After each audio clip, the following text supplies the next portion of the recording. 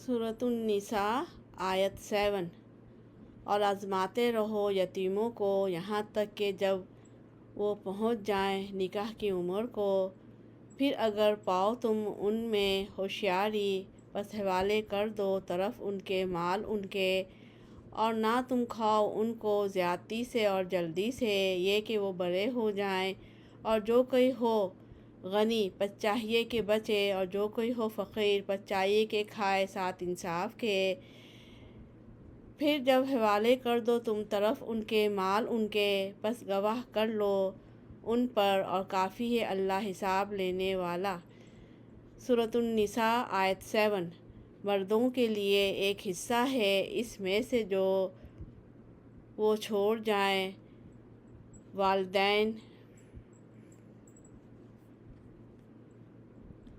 اور رشتہ دار، اور عورتوں کے لیے ایک حصہ ہے اس میں سے جو چھوڑ جائیں، والدین اور رشتہ دار، اس میں سے جو تھوڑا ہو اس میں سے یا بہت ہو، حصہ ہے مقرر کیا ہوا۔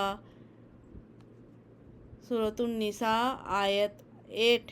اور جب حاضر ہوں تقسیم کے وقت رشتہ دار اور یتیم اور فقیر، پس دو ان کو اس میں سے اور کہو ان کے لیے بات اچھی۔ سورۃ النساء آیت 9۔ اور چاہیے کہ ڈریں وہ لوگ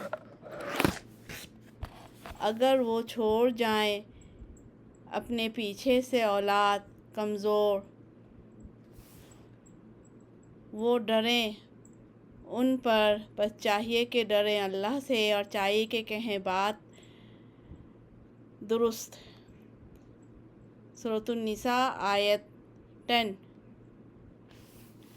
بے شک وہ لوگ جو وہ کھاتے ہیں مال یتیموں کا ظلم کے ساتھ، بے شک وہ کھاتے ہیں یا وہ بھرتے ہیں اپنے پیٹوں میں آگ، اور عنقریب وہ داخل ہوں گے بھڑکتی ہوئی آگ میں۔